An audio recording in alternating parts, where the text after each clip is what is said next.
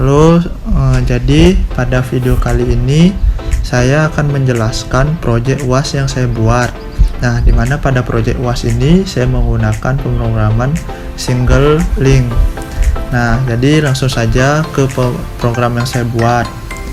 Nah, jadi bisa dilihat di source code ini.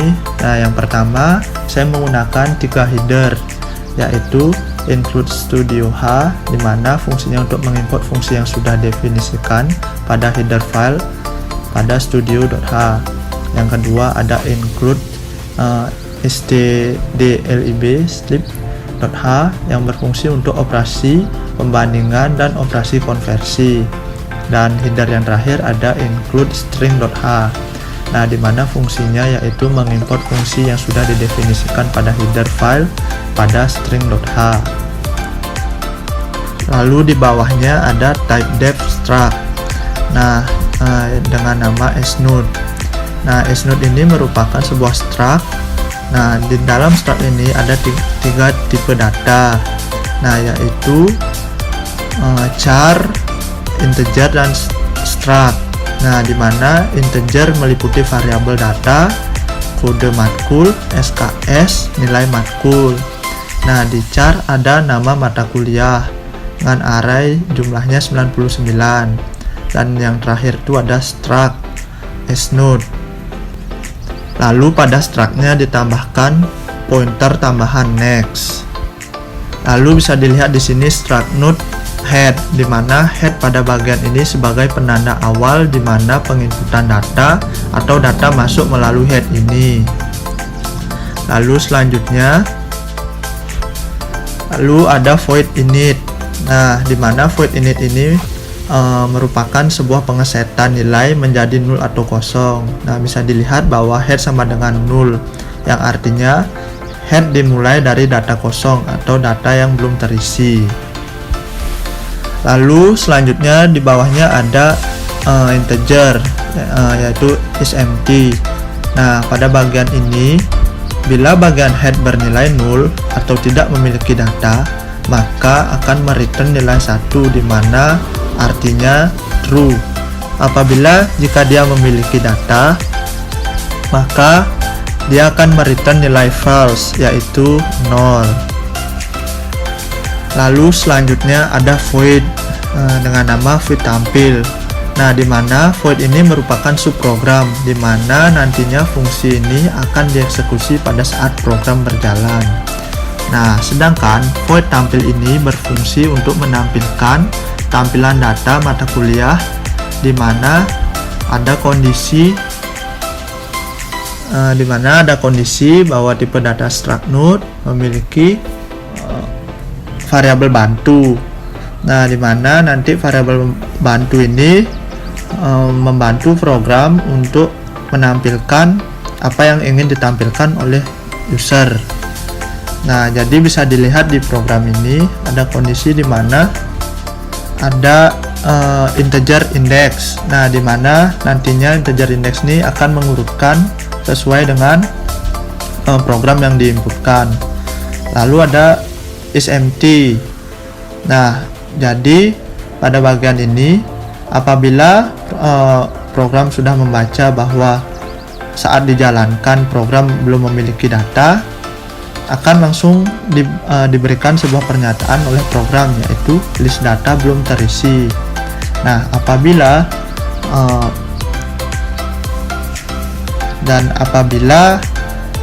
program sudah menyimpan data yang diinputkan oleh user, maka nantinya yang akan ditampilkan yaitu sebagai berikut, seperti urutan keberapa, kode matkulnya apa, nama matkul, nilai, dan berapa SKS.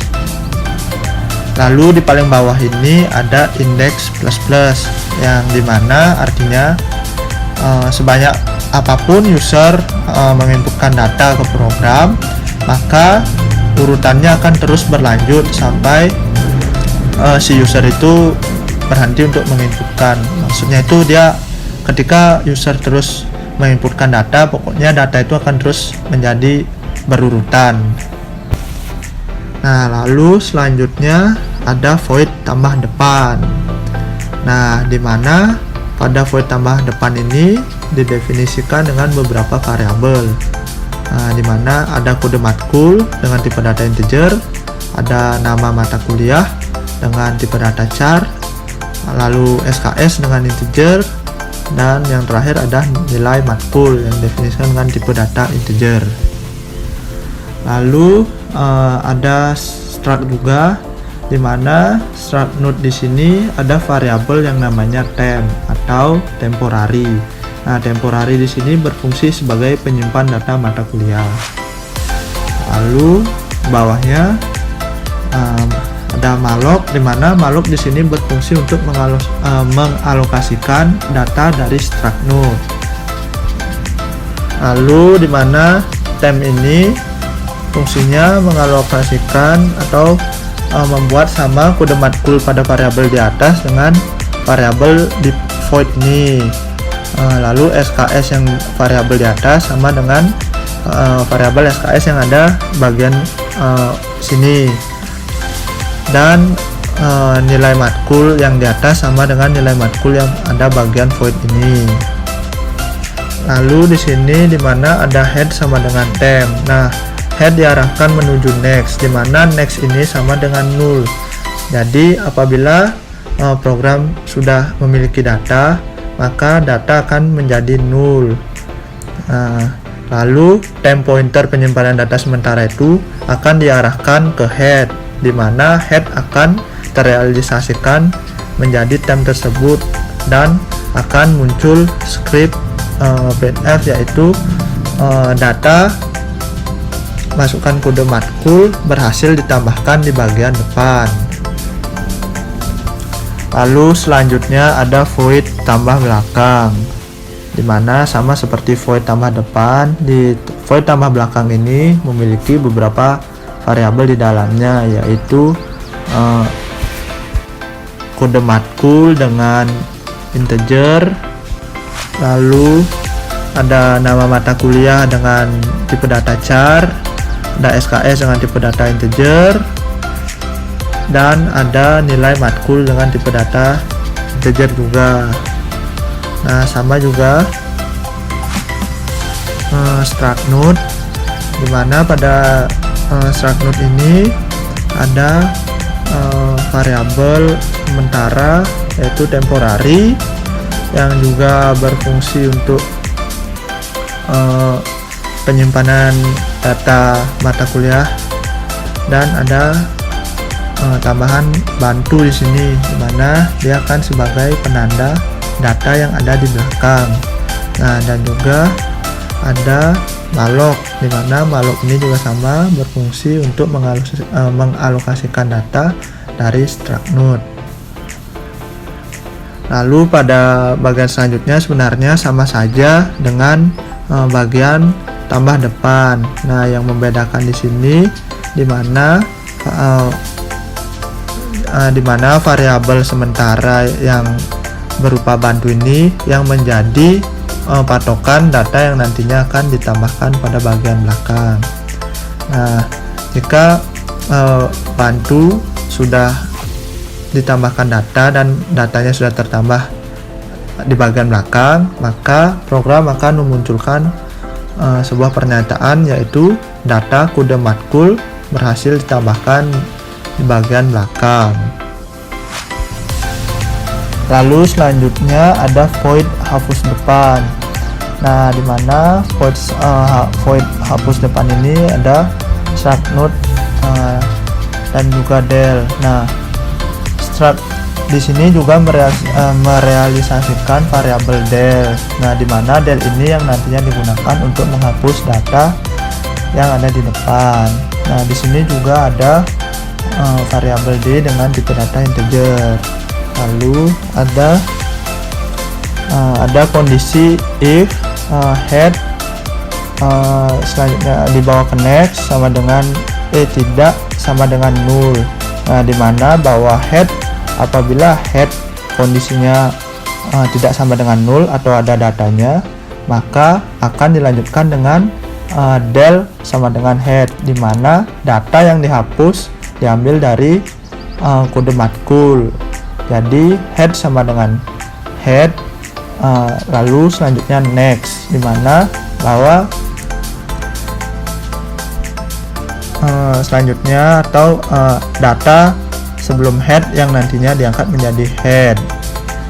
Jika hapus depan sudah berhasil dilakukan, maka akan muncul pernyataan dengan data kode matkul di depan berhasil dihapus.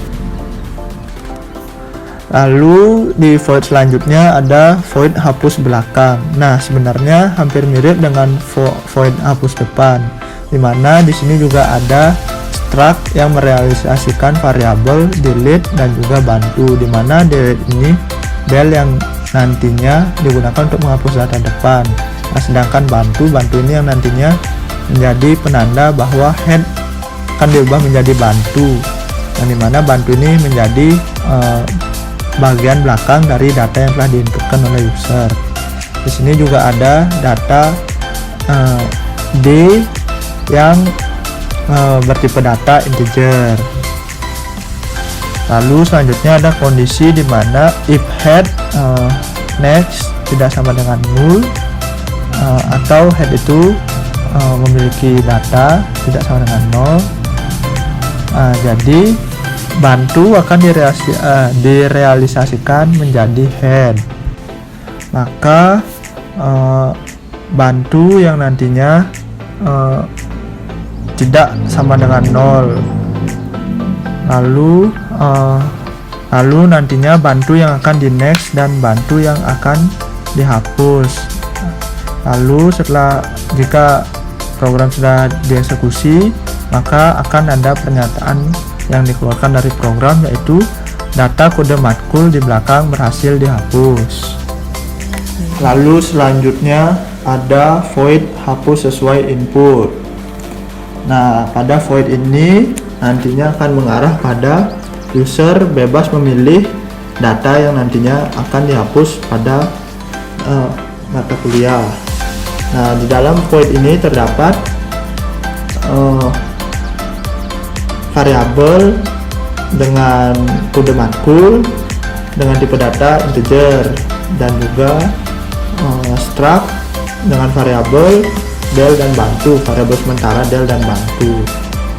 Nah, yang pertama ada kondisi di mana head kode matkul sama dengan matkul. Nah, jadi nantinya del sama dengan head. Nah, head akan ke next dan melakukan penghapusan. Lalu setelah itu akan menampilkan print seperti di bawah, yaitu data kode matkul berhasil dihapus. Dan yang kedua ada kondisi di mana bantu sama dengan head, maka bantu ke next tidak sama dengan null atau tidak kosong. Nah, selanjutnya dalam kondisi ini del akan menghapus bantu dan menjadikan bantu bernilai null. Nah, dan ketika kondisi bantu bernilai null akan muncul print atau pernyataan dari program, yaitu data kode matkul berhasil dihapus. Nah, lalu pada bagian ini apabila data tidak ditemukan pada kode matkul, maka akan tampil print di bawah seperti data kode matkul tidak terdapat di dalam list. Nah, untuk pada bagian yang bantu sama dengan bantu next. Lalu selanjutnya ada void cari data. Nah, void ini berhubungan dengan user. Nantinya void ini akan memanggil apa yang user ingin cari terhadap program dari data-data yang sudah terdaftar atau sudah diinputkan. Nah, pada bagian void ini ada variabel cari dengan tipe data integer. Nah, jadi ada juga struct di mana memiliki variabel bantu dan data. Lalu ada kondisi di sini di mana bantu tidak sama dengan null, maka bila mana terdapat data pada bagian bantu, maka kode matkul sama dengan cari akan menampilkan perintah seperti menampilkan print seperti berikut, yaitu data ditemukan, kode mata kuliahnya apa, nama mata kuliahnya apa, jumlah SKS-nya dan nilainya. Nah, lalu di bawahnya bantu sama dengan bantu connect, di mana kondisi ini berhubungan dengan user apabila data yang diinputkan user tidak berhasil ditemukan atau tidak ada data yang bernama seperti yang diinputkan oleh si user, maka akan muncul print seperti data kode matkul tidak ditemukan di dalam list. Lalu selanjutnya ada void jumlah data. Nah, void jumlah data ini akan menampilkan berapa banyak data yang sudah tersimpan. Nah, lalu di dalamnya ada struct bantu, struct dengan variabel bantu atau variabel sementara. Nah, dengan ada juga variabel jumlah dengan tipe data integer. Lalu di sini bantu sama dengan head, mana jumlah sama dengan 0 atau jumlah dimulai dari 0. Nah, lalu ada kondisi di mana di sini bantu tidak sama dengan 0 dengan jumlah yang bertambah sesuai inputan user. Lalu berikut ini ada bantu sama dengan bantu connect. Nah, di mana kondisi sang user terakhir kali menginputkan data, nah maka akan menampilkan jumlah data yang tersimpan. Tampilan jumlah data yang nantinya tersimpan yaitu berupa seperti jumlah data mata kuliah yang tersimpan seperti pada printf ini. Nah, lalu selanjutnya ada void max-min. Nah, void max-min ini nantinya berguna untuk memisahkan antara data dengan nilai maksimal dan minimum. Nah, di dalamnya terdapat struct dengan variabel bantu, dan juga pada void max-min ini terdapat beberapa variabel yaitu max untuk nilai maksimal dan min untuk nilai minimum atau terkecil dengan tipe data integer. Nah, untuk yang pertama ada dimana bantu sama dengan head, lalu maksimal dan minimal sama dengan bantu, dimana bantu ini yang nantinya mengambil data dari nilai matkul. Nah, lalu di sini ada while dengan kondisi bantu tidak sama dengan null. Nah, if yang pertama ini yaitu if di sini melakukan proses komparasi untuk nilai minimal atau nilai terkecil. Nah, lalu if yang kedua di mana if ini berfungsi untuk melakukan proses komparasi untuk mencari nilai maksimum atau nilai maksimal, yaitu nilai tertinggi. Nah, apabila proses telah dieksekusi, if program telah dieksekusi, maka akan muncul print seperti di bawah berikut, yaitu nilai maksimum pada mata kuliah ini titik 2 dan nilai minimum pada mata kuliah ini titik 2. Lalu selanjutnya ada void seleksi. Nah, dimana void seleksi ini bertujuan untuk memilah siapa mahasiswa yang lulus atau tidak lulus pada mata kuliah yang berkaitan. Nah, void seleksi ini ada variabel yaitu nilai dengan tipe data integer. Ada juga struct yaitu bantu. Nah, bantu di sini sama dengan head. Nah, dimana kondisinya apabila bantu tidak sama bernilai bernilai 0, maka bantu akan mengambil nilai matkul, dimana apabila nilai matkul lebih kecil daripada nilai yang dimaksud sini adalah nilai yang nantinya diinputkan oleh user. Nah, maka nanti akan diberikan print atau pernyataan berupa mata kuliah yang tidak lulus C2. Nah, nanti di sana kan berisikan mahasiswa yang tidak lulus. selanjutnya ada void AVG atau average. Nah, void average ini saya gunakan untuk melakukan atau menambahkan nilai rata-rata dari nilai yang diinputkan. Nah, di sini juga ada struct, yaitu bantu, dimana ada dalam void ini ada beberapa variabel, yaitu jumlah dan total yang bertipe data integer, dan juga rata-rata yang bertipe data float. Nah, saya menggunakan float di sini karena rata-rata itu merupakan bilangan tipe data untuk menampilkan bilangan yang bentuknya desimal. Nah, lalu dimana kondisi awal yaitu bantu sama dengan head, lalu jumlah diset dimulai dari 0. Begitu juga dengan total yang diset dimulai dari 0, dan juga rata-rata yang diset juga dari 0. Nah, lalu ada while bantu tidak sama dengan 0. Nah, kondisi di sini dimana bantu tidak sama dengan 0 atau memiliki data. Nah, dengan total ditambah bantu yang diambil dari data nilai matkul, lalu jumlah ditambah 1, dan bantu akan diarahkan ke next. Maksudnya tuh nanti data akan dijumlahkan secara terus menerus sesuai dengan inputan oleh user.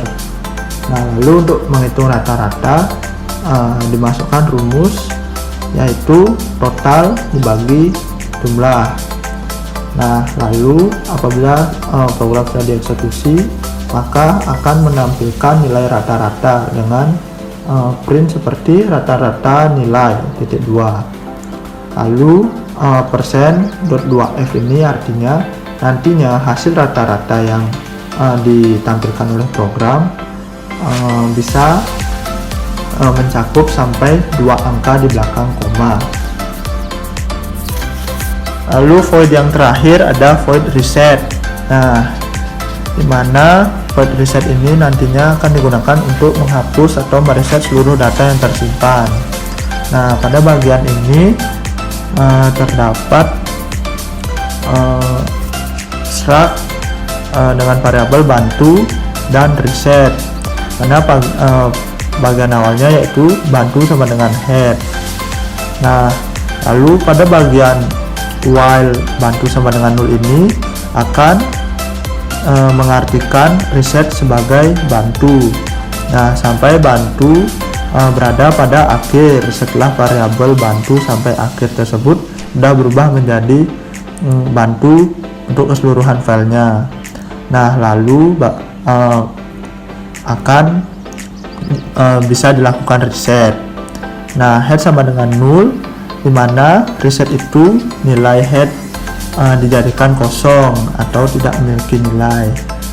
Nah, jadi setelah reset berhasil dieksekusi, maka nantinya program akan menampilkan print berupa data berhasil di reset.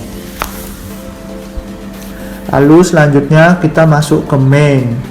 Nah, jadi di main ini sekarang dimana bagian akan melakukan panggilan terhadap subprogram atau void yang sudah dibuat atau diset sebelumnya, yaitu pada bagian atas tadi. Nah, lalu pada bagian main ini terdapat beberapa variabel, dimana ada variabel menu, kode matkul, cari, SKS, dan nilai dengan tipe data integer. Nah, lalu ada tipe data char dengan variabel submit, dan juga nama mata kuliah dengan tipe data char. Nah, lalu masuk ke while.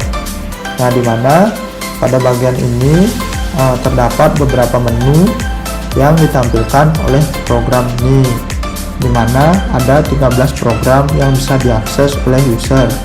Nah, dimana yang pertama ada tambah data di depan, lalu yang kedua ada tambah data di belakang, yang ketiga menghapus data mata kuliah di belakang, yang keempat menghapus data mata kuliah di depan, Yang kelima, menghapus data mata kuliah berdasarkan kode mata kuliah, karena mencari serta menampilkan data kuliah berdasarkan kode mata kuliahnya. Yang ketujuh, menampilkan jumlah mata kuliah yang tersimpan. Yang kedelapan, ada seluruh data mata kuliah yang tersimpan. Yang kesembilan, ada mencari nilai terbesar dan nilai terkecil dari mata kuliah yang tersimpan. Yang 10, ada mata kuliah yang tidak lulus. Yang 11, ada menampilkan rata-rata dari semua mata kuliah yang tersimpan. Yang ke-12, ada riset semua program. Dan menu yang terakhir yaitu nomor 13, ada menu exit program. Nah, lalu di bawahnya user bisa memilih menu salah satu dari ke-13 tersebut. Scan F di sini berfungsi untuk menampung inputan dari user terkait menu yang sudah ditampilkan pada bagian atas tersebut. Nah, jadi yang pertama itu, yang case pertama berkaitan dengan void tambah depan. Jadi di mana pada case 1 user akan diminta untuk masukkan data yang ingin ditambahkan, lalu memasukkan kode mata kuliah, lalu nama mata kuliah yang lengkap, lalu ada nilai. Nah, jadi pada bagian nilai ini ada kondisi di mana apabila user memasukkan angka yang lebih besar daripada nilai 100, maka nantinya program akan menolak dan meminta user masukkan kembali nilai dengan benar, yaitu kisaran 1 sampai 100. Nah, lalu selanjutnya untuk SKS, user akan diminta untuk memasukkan SKS dengan kisaran 1 sampai 3. Apabila user memasukkan lebih dari 3 SKS, maka program akan menolak dan memaksa user untuk memasukkan SKS di kisaran 1 sampai 3. Nah, setelah semua data diinputkan, maka void dari tambah depan akan dipanggil dan akan memasukkan data dalamnya, yaitu kode matkul, nama, mata kuliah, SKS, dan nilai. Lalu selanjutnya case kedua. Nah, case kedua ini akan memanggil fungsi void, yaitu tambah belakang. Sebenarnya hampir mirip dengan case yang pertama, sama juga. Yang pertama tuh user akan memasukkan data yang ingin ditambahkan, mulai dari kode matkul, nama lengkap matkul, nilai. Nah, untuk nilai juga akan diberikan kondisi di mana nilai yang diinputkan oleh user tidak boleh lebih dari 100, dan apabila nilai tersebut lebih dari 100 program akan menolaknya dan meminta user untuk memasukkan ulang kembali nilai tersebut sampai benar.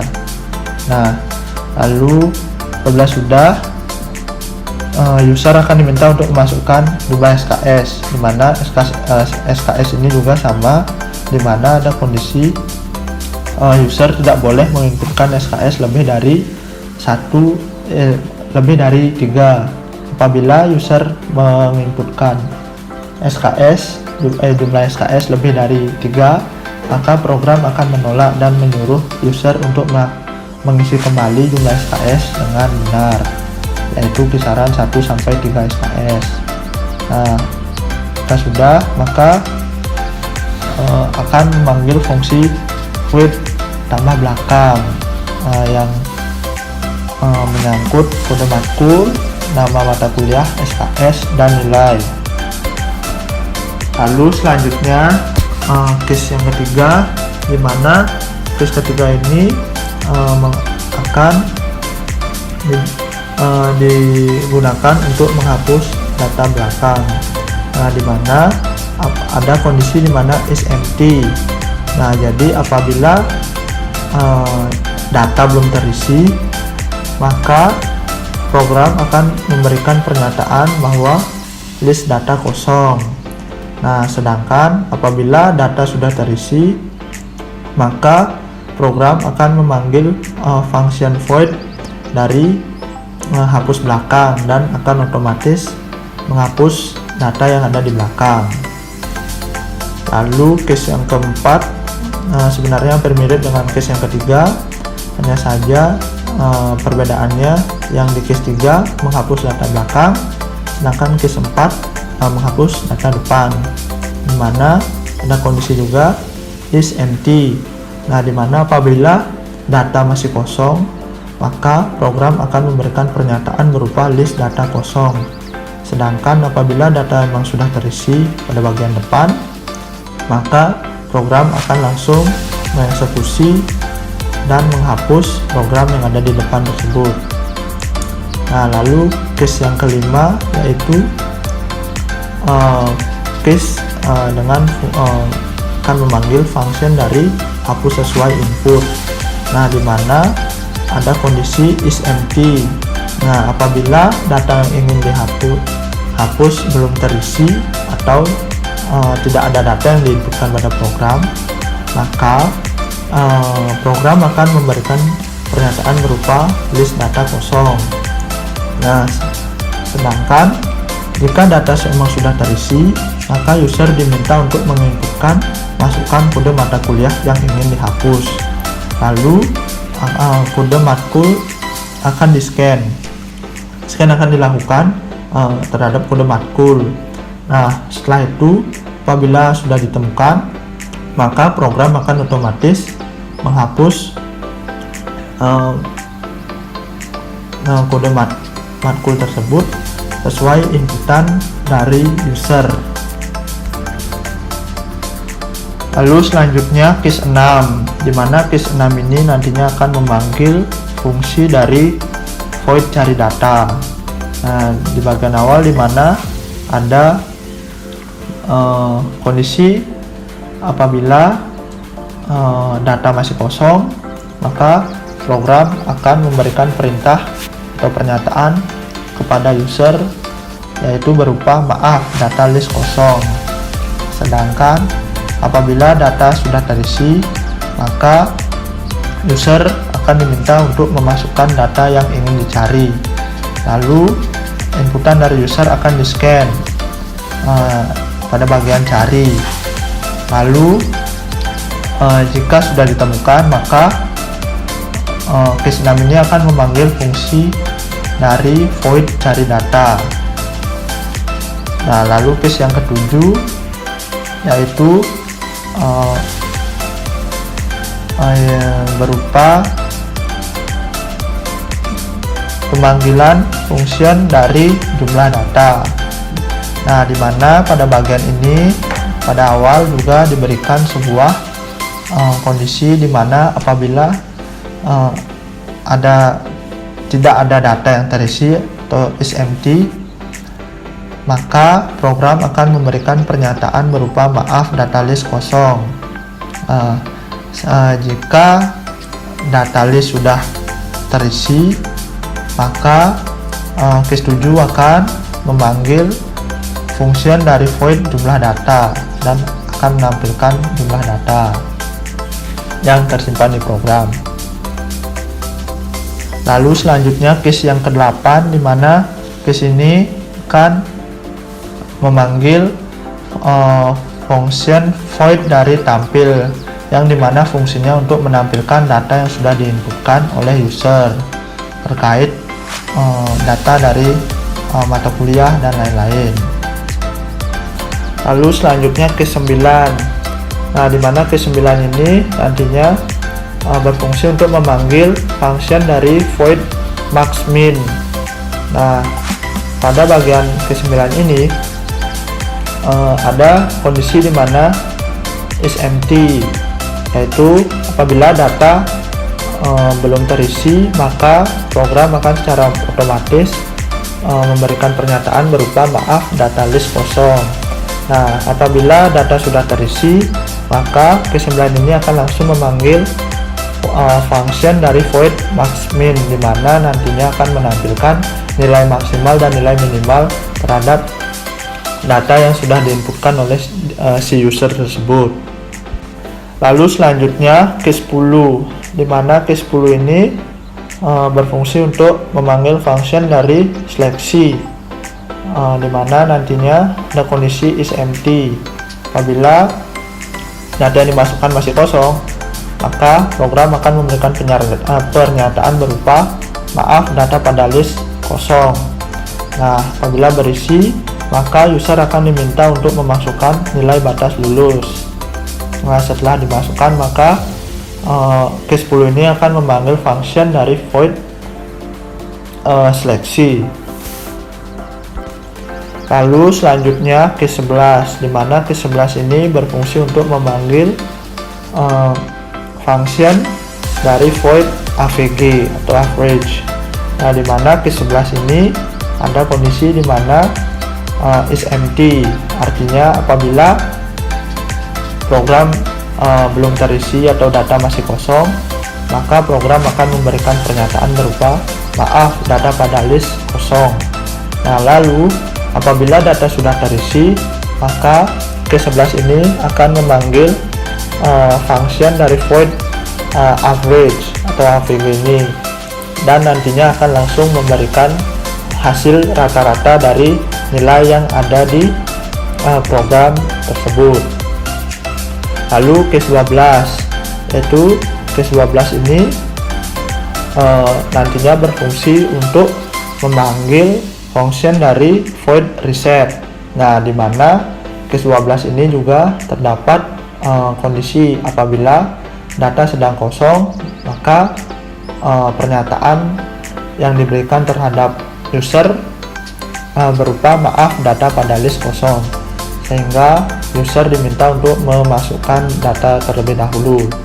Nah, ketika data sudah terisi, maka case 12 ini akan memanggil function dari void reset, sehingga program akan secara otomatis mereset program yang ada seluruh data yang ada di dalam program tersebut. Nah, yang terakhir yaitu case 13, di mana case 13 ini berfungsi untuk exit, yaitu keluar dari program atau menutup dan meng-close program yang sedang dibuka oleh user. Nah, lalu yang terakhir ada default, di mana default ini berfungsi untuk bila mana sang user menginputkan inputan menu yang di luar dari list menu tersebut. Dari ke-13 list menu tersebut, user memasukkan di luar dari list tersebut, maka program akan memberikan pernyataan berupa maaf, inputan tidak terdefinisi. Nah, sekian dari source code yang bisa saya jelaskan. Selanjutnya saya akan menjelaskan implementasi program yang telah saya jelaskan sebelumnya. Nah, jadi sekarang kita akan melakukan atau melihat implementasi dari program yang telah saya buat. Nah, di mana yang pertama kali kita akan uji yaitu bagaimana hasilnya apabila user memasukkan inputan di luar dari 13 menu yang sudah ditampilkan pada program. Nah, misalnya kita masukkan dengan kode 15. Nah, jadi bisa dilihat bahwa ada pernyataan yang dikeluarkan dari program, yaitu maaf, inputan tidak terdefinisi. Nah, lalu selanjutnya kita akan coba untuk menambahkan data di depan, yaitu menu pertama.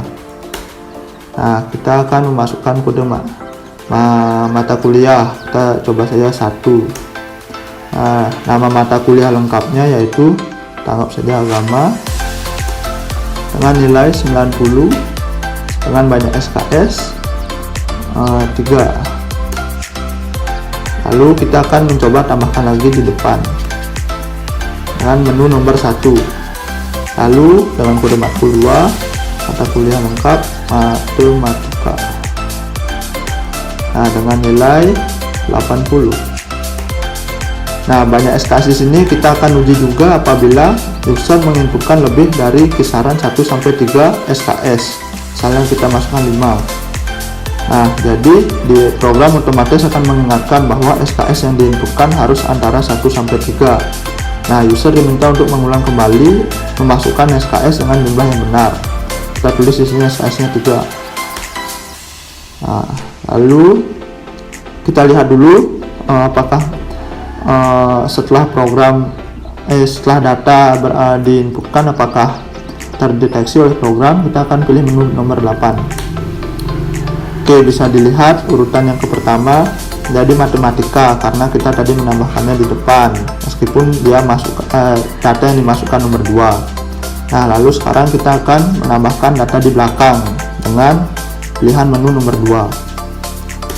Nah, di sini kita akan masukkan kode matkul 3 dengan nama lengkap matkul PPKN dengan nilai 65. Kita coba dulu ya, dimana nilainya kita akan inputkan lebih dari 100. Apa yang akan terjadi? Kita anggap ini 144.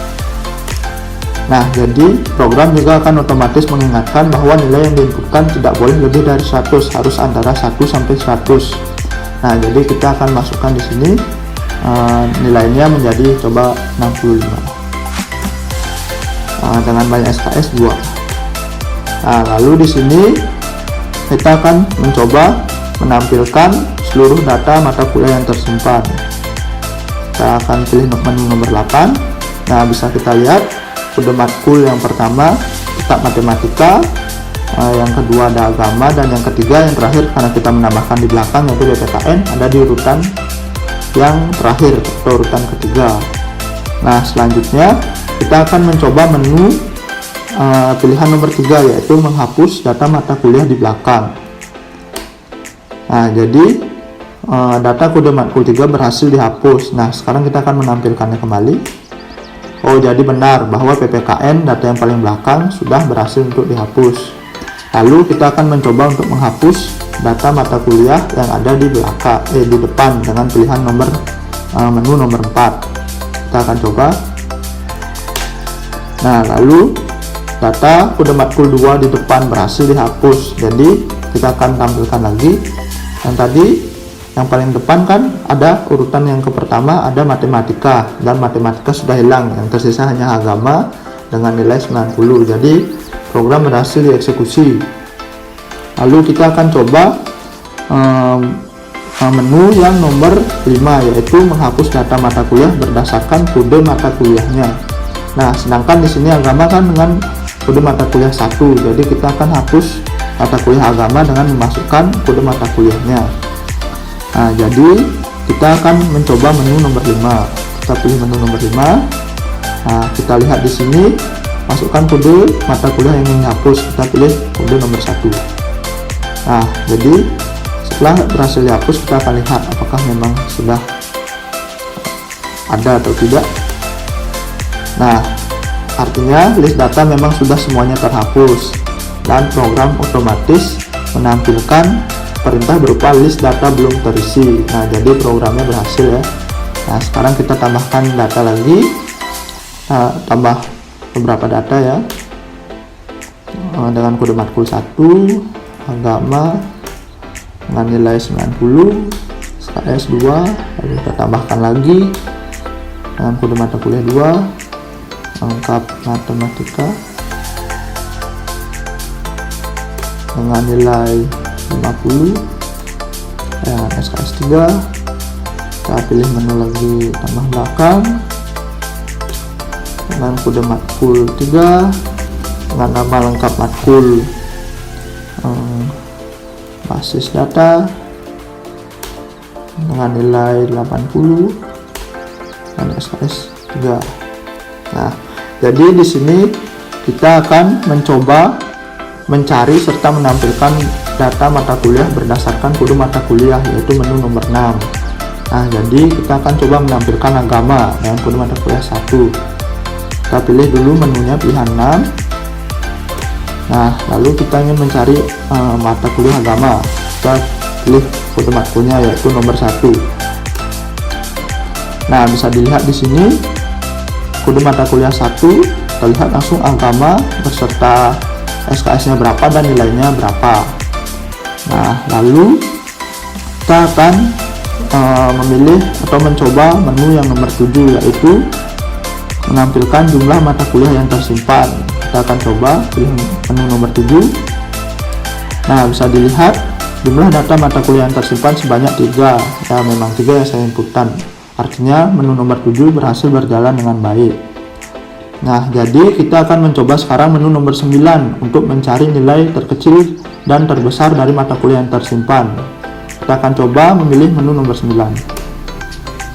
Bisa kita lihat juga bahwa langsung ditampilkan bahwa nilai maksimum pada mata kuliah yang tersimpan yaitu 90 dan nilai minimumnya 50. Nomor 9 juga mau. Sekarang kita akan mencoba menu nomor 10 yaitu mata kuliah yang tidak lulus. Nah, jadi kita akan coba menu nomor 10 di mana nilai batas kelulusan kita gunakan nilainya 70. Nah, jadi program akan langsung menampilkan mata kuliah yang tidak lulus yaitu matematika karena nilai matematika yang paling kecil. Lalu kita akan mencoba menu nomor 11 yaitu menampilkan rata-rata.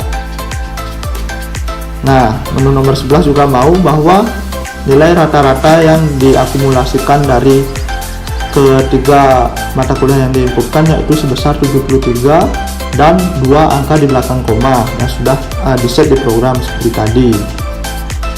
Nah, lalu selanjutnya kita akan mencoba menu nomor 12 untuk mereset seluruh data yang tersimpan. Kita akan pilih menu nomor 12.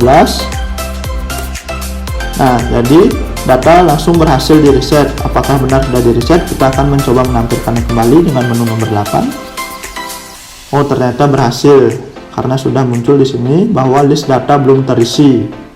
Lalu kita bisa meng-close program ini karena kita tahu bahwa semua sudah berjalan di program ini dari ke-13 menu tersebut. Yang terakhir kita akan coba meng-close program itu dengan menu nomor 13. Nah, sudah mau ya.